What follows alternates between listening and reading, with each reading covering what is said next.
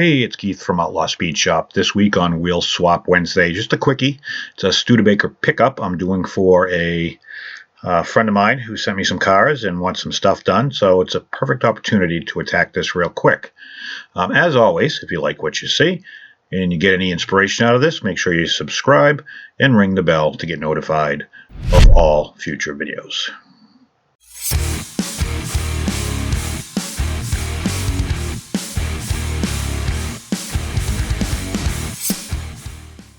So he sent me a bunch of cars. I've got one more project to do for him, but the Studebaker pickup he requested white.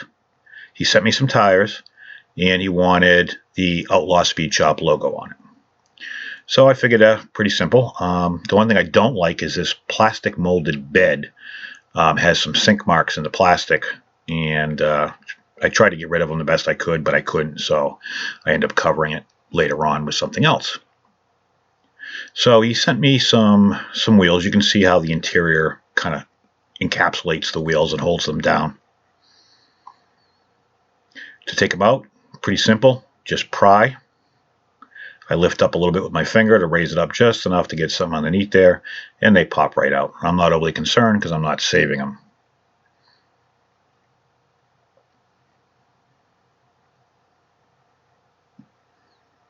So he sent me these rubber tires. They're NASCAR, I'm assuming, off something like that, because it's got the yellow Goodyears on them. So at this point, I still planned on using these, and I apologize to him because I don't. But right now, I'm going through the motions because you never know. So I cut my axles that were on the vehicle in half, and I'm using these for the wheels that he sent me because they came with no axles.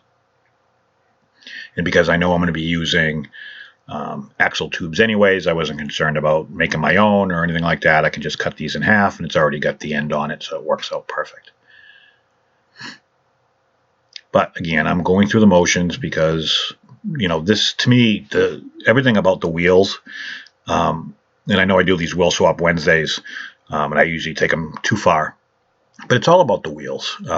You know, the wheels, just like on a rail car, can completely change the look of a vehicle, so it's important.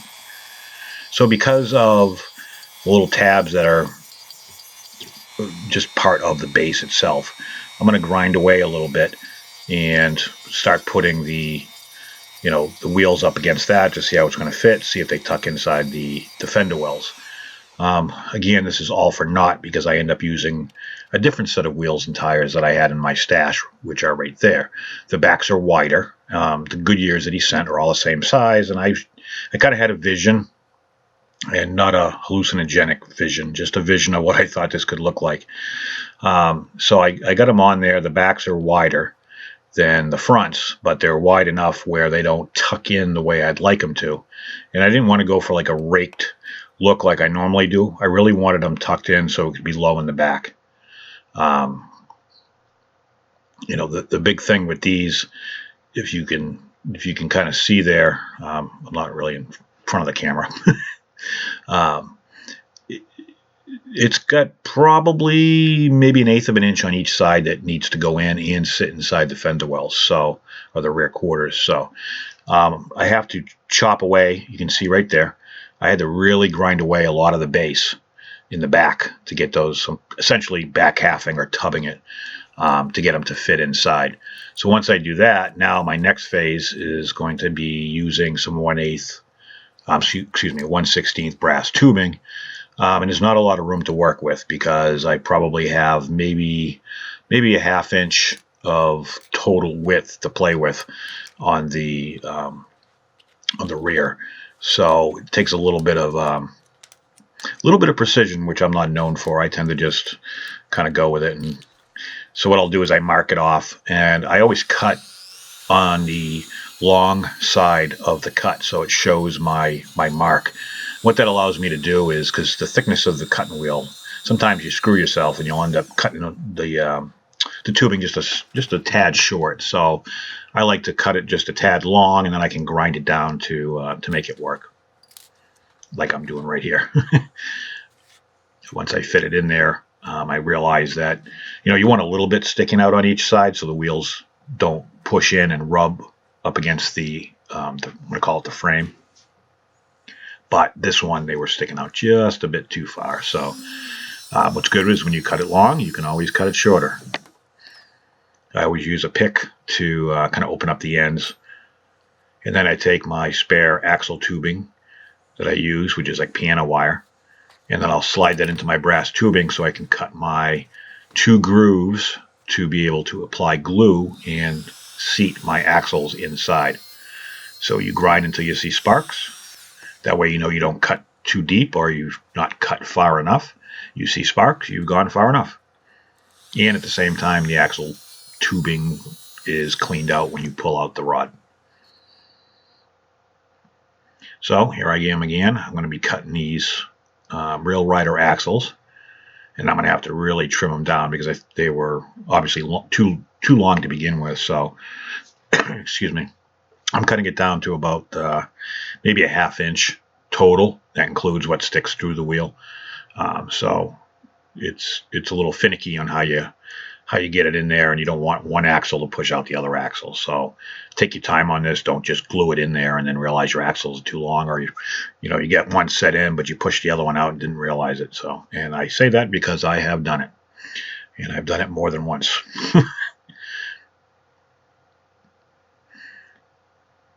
And what's funny is I'm kind of going, and I know I may get my balls busted about this, but I'm kind of going with a different look on this. I'm actually bringing the front end up just a tad, so it's much lower than it was originally, but it's also at the same time got just a slight reverse rake, not a gasser rake, but a slight reverse rake. And with the Studebaker pickup nose being flat like a brick wall, not my favorite truck at all. They are cool. You can see right there, it just kind of, the ass is kind of dragging just a little bit. Not by much, but just enough. And the front wheels fit in perfect. I didn't have to use axle tubes on those. So at this point, the body's stripped. Everything's clean. I'm going to prime the base and the interior, and then detail and paint those as well. I've got my highly used wire brush that I'm using on the inside to get some of the paint out of the nooks and crannies that the citrus strip did not take off. The last thing you need to do is be painting and have little flakes of paint come off. Most of the stuff on the inside you're not going to see, but it's more of a dust thing for me. And then my OCD kicks in a little bit. Then I'll hit it with some steel wool. I believe that's 4/0 steel wool that I'm using. I do have some other stuff, but this stuff I'm trying to use up. I've had it for quite a while, and it works good. It gives a nice polish to it, and at the same time, it gives something for the primer to adhere to. So I'm going with the Tamiya primer, and then I'm going to paint it with some Tamiya gloss white spray paint out of a can as well. I did not show it because I lost the footage. This is a piece of K&S aluminum plate, 0.08 or 0.008 or some shit like that. I put it over the bed. I cut it. It's easy to cut. You got to score it with your knife 2 or 3 times, and you can kind of bend it and snap it almost like styrene. But I just thought an aluminum bed cover looked kind of cool. So after I painted the interior black, I painted the same thing with the tonneau cover that was there, and then I put the aluminum over it. And I think it just kind of gives it kind of almost a race car look. Even though that really wasn't what I was going for. I don't have a specific theme on this. I just wanted to make sure I painted the body white. And then really just decals. I've had these printed out for a while, so I did that. Applied one to the bed cover and then the doors. And this was kind of a fun project. I've got, if you watch my last video, the K7, that took a lot out of me. So it was fun to just do something quick and simple. I know this probably isn't my best video or my best truck or anything like that, but sometimes you got to chill the hell out and, and have some fun. And just worked out this was a fun project and it needed to be done. And I had a great time doing it. So here's the finished pieces. as always, I want to put a huge shout out to my Patreon members. The ones with the YouTube icons next to them are all linked down below. If you haven't already, please check them out and subscribe if you like what you see. They all put out some really amazing content. This is what I started with. Just a bare bones Hot Wheels. It was loose, so it had been sitting around for a while, but not really damaged. This is pretty much what I got. I really kind of dig the stance. I like it. It was what I was after, and mission accomplished. Whether I guess it's subjective whether it looks good or doesn't look good. So once again, thank you guys for tuning in and watching, and stick around till the very end. I'm going to go over some stuff coming up. To how we were before, but I'm just so tired of you being tired of me.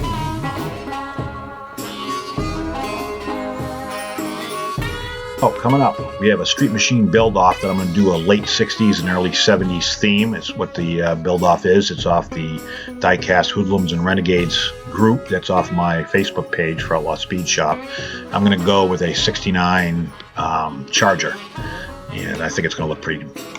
I don't know, I get some good ideas, so I think that'll be fairly soon. Beginning December, we get the 32 car Mustang Challenge. People can vote on that, and the winner wins all 32 vehicles plus one of mine plus a K7. We'll get some post-apocalyptic builds coming up in multiple scales. I got a Christmas theme build coming up, a movie car build coming up, and then at the end of the first week in December, I have a special challenge video with another YouTuber that I think's really, I can't wait to do it. I wish I could start it today, but I think you guys are really going to dig both our videos. I don't know what he's doing. I do know what I'm doing already, and if it comes out the way I envision, it's really going to be, I think it's going to be awesome. I'm actually looking forward to it. So, hey, thanks for watching, and I'll catch you on the next one.